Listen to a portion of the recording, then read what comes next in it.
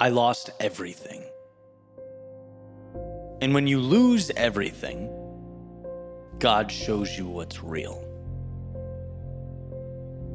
Those words came from a good friend of mine. A man who walked away from the life he thought he was building, but not because he wanted to. He separated because, well, it all collapsed underneath him. The career that he'd worked so hard on, gone. A lot of the people that he trusted and relied on seemed to disappear. Certainty essentially devolved into chaos. He blinked his eyes and went from successful and on top of the world to homeless and on the streets of New York. Everything he'd built, gone. Everything he thought he knew, shattered.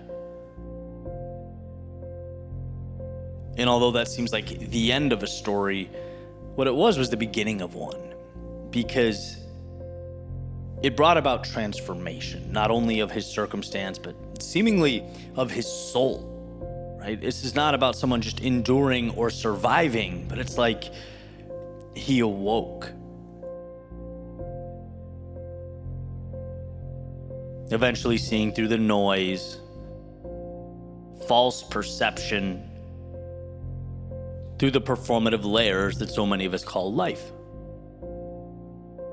And a few days ago in Austin, I asked him, hey, how do you walk so freely? How are you so unapologetically yourself, right? You say what you mean to an extent I've never seen. You don't tiptoe. You don't chase approval. How?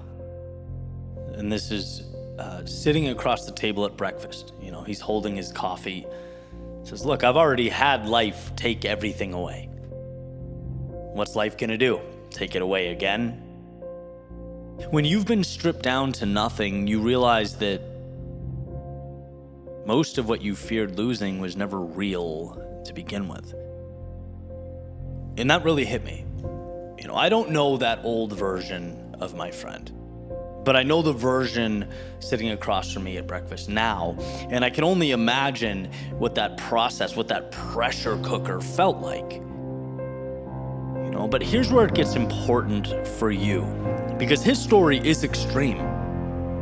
I'm guessing most people will never face the depth of loss he did. And let's be honest, we shouldn't have to lose everything to find clarity. We shouldn't need devastation to become free. What if we could learn the lesson from his journey without the extent of the tragedy? What if we could simulate that fire without having to burn everything down to ashes? See, that's the difference between waiting and creating. Tragedy forced my friend to wake up. But maybe you don't have to wait for life to burn it down. You can choose discomfort. You can manufacture suffering. You can create situations that challenge your comfort zone, that earn your confidence, that build the clarity he found without the collapse. It's like forging steel, right? You don't wait for the sword to break in battle. No, you temper it beforehand. You introduce it to heat and resilience, pressure, so that when the time comes, you are ready. If you want to grow, jump into the cold water. Say what you mean. Yes, even when it's awkward. Get up earlier than you think you can. Stand your ground when you'd rather nod, smile, and conform. Walk into the gym, the meeting, the room when every part of you wants to shrink or hide.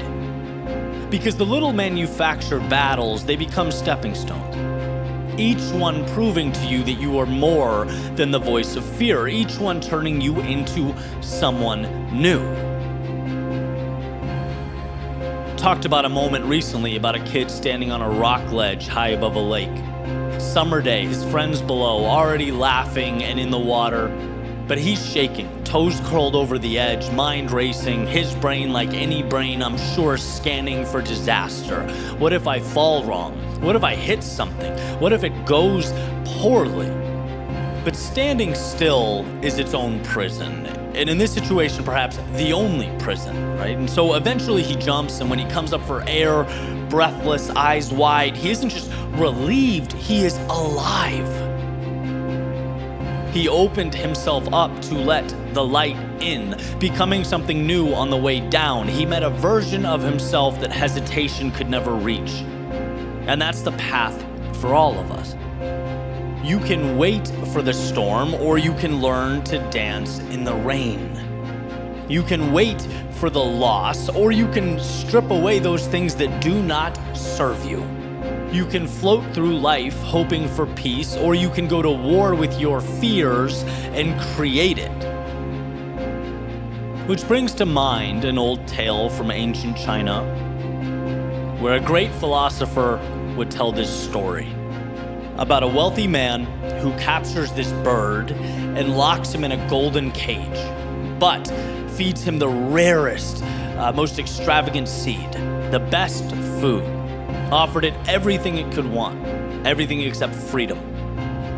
Day after day, the bird sat still, wings tucked in.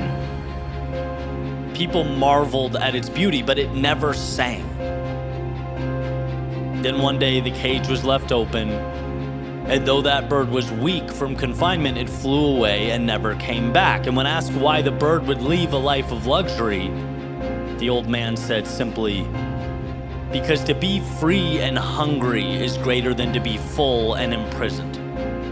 Only in the sky could the bird remember who it truly was, and that's what we're talking about, right? You're not here to be admired in a metaphorical cage, to be playing a role in someone else's story. You're not here to be acting out a part prescribed for you. You're here to fly, to live truthfully, to sing your song, even if it shakes the room. Freedom, it doesn't mean chaos necessarily. It means choosing what you give your energy to. It means protecting your time and honoring your energy and chasing what makes you feel alive and unapologetically cutting those things that don't. Because here's the truth. When you lose everything, life cannot take from you what you're willing to rebuild. And when you choose to give things up, the people-pleasing, the lies, the masks, you gain something worth far more. Yourself. We're not here to tiptoe through life. We're here to run through it like we were born to, scraped knees, heart open, unshaken, to jump, to break, to rise again. Not as the same person, but as someone who knows what's real. We know what's possible. We know what's out there. The question is not, does it exist? The question is, will you choose it?